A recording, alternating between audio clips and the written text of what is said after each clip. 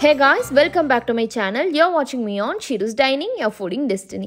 மதுரையில் friends and ஃபேமிலியோடு சேர்ந்து குவாலிட்டி டைம் ஸ்பெண்ட் பண்ணுறதுக்கு ஒரு சூப்பரான ஹிடன் ஸ்பாட் தான் இந்த வீடியோவில் நான் காட்ட போகிறேன். மதுரையில் இப்படி ஒரு இடம் இருக்கா அப்படிங்கிறது நிறைய பேருக்கு தெரியாமல் இருக்குது. இந்த வீடியோவை பார்த்தீங்கன்னா கண்டிப்பாக உங்களுக்கே ரொம்பவே சர்ப்ரைசிங்காக இருக்கும். இந்த பிளேஸ் எக்ஸாக்டாக எங்கே இருக்குது, எப்போ வரலாம், இதோட என்ட்ரி டிக்கெட்லாம் என்னங்கிறது எல்லாத்தையுமே இந்த வீடியோவில் நான் டீட்டெயிலாக சொல்லியிருக்கேன். இந்த வீடியோவே ரொம்பவே இன்ட்ரெஸ்டிங்காக இருக்கும். ஸோ ஃபுல் வீடியோவை ஸ்கிப் பண்ணாமல் பாருங்கள். இப்போ தான் ஃபர்ஸ்ட் டைம் ஷிருஸ் டைனிங் சேனலை பார்க்குறவங்க சப்ஸ்கிரைப் பண்ணிக்கோங்க. இப்போ வாங்க வீடியோக்குள்ளே போலாம். நம்ம இன்னைக்கு வந்திருக்க பிளேஸோட நேம் கூசன் பாஸ் பார்க். இது கரெக்டா வாடிப்பட்டியில லொகேட் ஆயிருக்கு. மதுரையில இருந்து ஒரு 23 கிலோமீட்டர்ஸ் டிஸ்டன்ஸ்ல இருக்கு. மதுரை நத்தம் மெயின் ரோட்ல ஸ்ட்ரெயிட்டா 23 கிலோமீட்டர்ஸ் போனீங்கன்னா லெஃப்ட் சைட்ல மண்டோடு பிரியும். ரோடு கொஞ்சம் குண்டு குழியுமா இருக்கும். அதுல போய் அடுத்து வர லெஃப்ட் எடுத்தீங்கனாலே கூசன் பாஸ்னா அங்க இது மட்டும் தான் இருக்கும். பெரிய போர்டு வச்சிருப்பாங்க. ஸோ மிஸ் பண்ண வாய்ப்பு இல்லை. கூகுள் மேப்ல லொகேஷன் ப்ராப்பரா இருக்கு. டிஸ்கிரிப்ஷன்லயே லொகேஷன் கொடுக்குறேன், வேணும்னா செக் பண்ணி பாருங்க. நீங்க கூசன் பாஸ்க்கு வரீங்கன்னா மண்டே ஒரு நாள் மட்டும் பிளான் பண்ணிடாதீங்க. ஏன்னா மண்டே ஒரு நாள் மட்டும் ஹாலிடே, மற்ற எல்லா நாளுமே மார்னிங் 10ல இருந்து ஈவினிங் 5 வரைக்கும் ஓப்பன்ல தான் இருக்கும். இங்க என்ட்ரி டிக்கெட் ஒருத்தருக்கு 50 rupees, ஹாஃப் டிக்கெட்லாம் கிடையாது, கிட்ஸ்க்கு மட்டும் ஃப்ரீ. இந்த பெட் பார்க்கோட ஸ்பெஷாலிட்டி என்னன்னு தெரியுமா? இங்க இருக்கிற பெட் அனிமல்ஸ் அண்ட் பேர்ட்ஸோட இன்டராக்ட் பண்ணலாம். அதுங்களும் நமக்கு இன்டராக்ட் பண்ணும். தொட்டு பார்க்கலாம், கையில தூக்கலாம். இவங்க கொடுக்குற ஃபுட்டை நம்ம ஃபீட் பண்ணலாம். பட் அதை தாண்டி நம்ம வீட்ல இருந்து எடுத்துட்டு வந்த ஃபுட் எதுவுமே கொடுக்க கூடாது.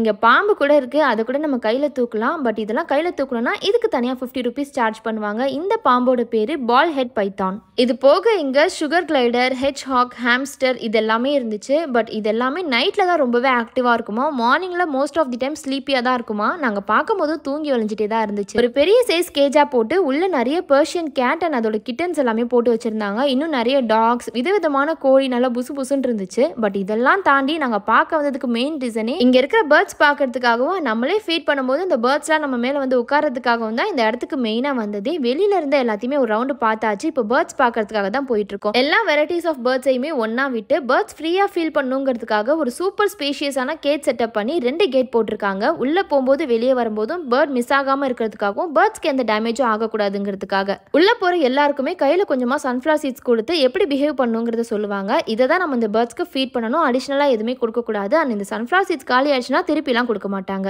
உள்ள போறவங்க எல்லாரையும் ஒரு கேட்டை ஓப்பன் பண்ணி உள்ள விட்டுட்டு அடுத்துதான் மெயின் கேட்டை ஓப்பன் பண்ணுவாங்க. உள்ள போனதுமே 2 அழகான ஆப்பிரிக்கன் லவ் பேர்ட்ஸ் எங்களை வெல்கம் பண்ணுச்சு. உள்ள போய் சன்ஃபிளவர் சீட் வச்சிருந்த கையை தான் நீட்டணும். நீ நானும் போட்டி போட்டு ஒன்னா வந்து உட்கார ஆரம்பிச்சிருச்சு. பேர்ட்ஸ்க்கு ரொம்ப பிடிச்சதே இந்த சன்ஃபிளவர் சீட்ஸ் தான். எங்க இருந்துச்சுன்னே தெரியல. கையை நீட்டினதுமே டக்கு டக்கு டக்குன்னு ஒன்னா வந்து உட்காந்து கொஞ்சம் கூட பயப்படாம அது மாட்டுக்கு சாப்பிட ஆரம்பிச்சிருச்சு.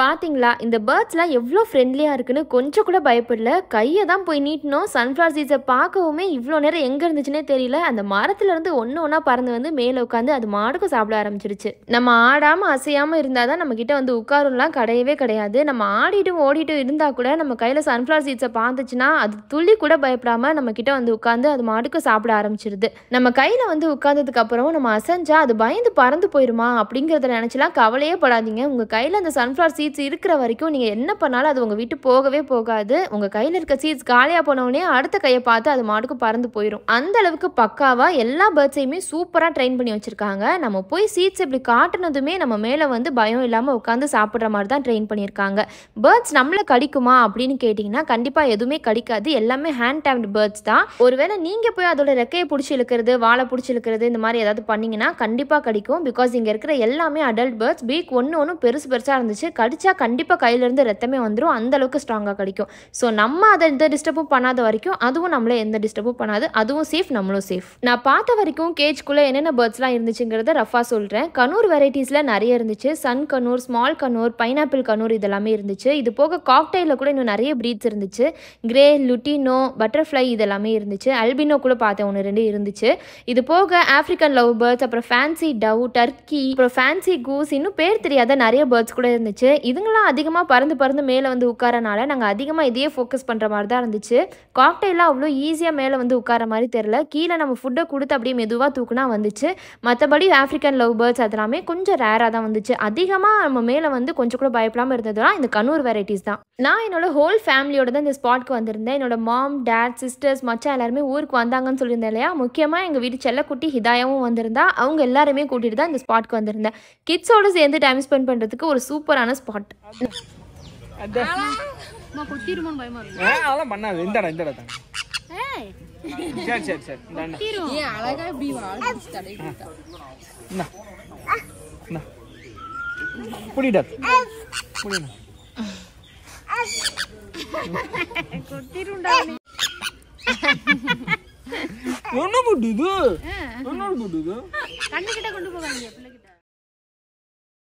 பார்த்தீங்களா, இந்த பேர்ட்ஸ்க்கு இது குழந்தைன்னு தெரியுதா என்னன்னு தெரியல. உடம்பத்தோட வரவும் கொஞ்சம் சாஃப்டாக ஹேண்டில் பண்ணுது. இதுவே நம்ம அதோட உடம்பத்தோட போனால் அதோட ஃபேஸ் ரியாக்ஷனே மாறி கொஞ்சம் அக்ரெசிவாக மாறி கை எவ்வளோ தூரத்தில் இருந்தாலும் எட்டி பிடிச்சி கடிச்சிடணும் தான் பார்க்கும். ஆனால் என் சிஸ்டரோட பொண்ணு அதோட உடம்ப பிடிக்க போகிறான்னு தெரிஞ்சதும் என்னை தொடாத அப்படிங்கிற மாதிரி கொஞ்சமாக கத்தி சாஃப்டாக தான் ஹேண்டில் பண்ணுது. அவளோட கை ஒன்றும் கடிக்க முடியாத தூரத்தில் இல்லை, இருந்தாலுமே அது கடிக்க மாட்டேங்குது. பெட் அனிமல்ஸும் சரி, பேர்ட்ஸும் ஆகட்டும், இந்த மாதிரி விஷயத்துலலாம் நம்மளை விட கொஞ்சம் மைண்ட்ஃபுல்லாக நடந்துக்கிற மாதிரி தான் எனக்கு தோணும். நீங்கள் இந்த ஸ்பாட்க்கு வரதா பிளான் பண்ணீங்கன்னா ஃப்ரெண்ட்ஸ் அண்ட் ஃபேமிலியோட சேர்ந்து குரூப்பாக வர மாதிரி பிளான் பண்ணிக்கோங்க. நிறைய பேராக சேர்ந்து வந்தீங்கன்னா டைம் போகிறதே தெரியாது. இன்னும் ரொம்பவே ஜாலி அண்ட் ஃபன்னாக இருக்கும். நாங்களும் அப்படி தான் 11 o'clock வந்தோம். 1:30 மேலே ஆயிடுச்சு நாங்கள் இங்கேருந்து கிளம்புறதுக்கு. வெளியே போய் எல்லாத்தையும் பார்க்க கூட இல்லை. உள்ளே இந்த பேர்ட்ஸ் கூட டைம் ஸ்பெண்ட் பண்ணுறது எவ்வளோ நேரம் போச்சுனே தெரில. அவ்வளோ நேரம் உள்ளே இருந்தோம். இந்த பேர்ட்ஸ்லாம் ரொம்ப நேரம் உங்கள் கூட இருக்கிறதுக்கு ஒரு ஐடியா ஒன்று சொல்கிறேன். உள்ளே போனவுடனே மொத்தமாக சன்ஃப்ளவர் சீட்ஸ் அப்படியே நீட்டிடாமல் ஒரு கையில் வச்சுட்டு கொஞ்சம் கொஞ்சமாக கொடுத்தீங்கன்னா நிறைய பேர்ட்ஸ் உங்கள் கூட வந்து பொறுமையாக சாப்பிட்டு ரொம்ப நேரம் உங்கள் கூடயே இருக்கும். நாங்கள் உள்ளே போனோடனே ஃபஸ்ட்டு மொத்தமாக நீட்டிட்டோம். எல்லாம் மொத்தமாக வந்து சாப்பிட்டுட்டு மொத்தமாக பறந்து போயிடுச்சு.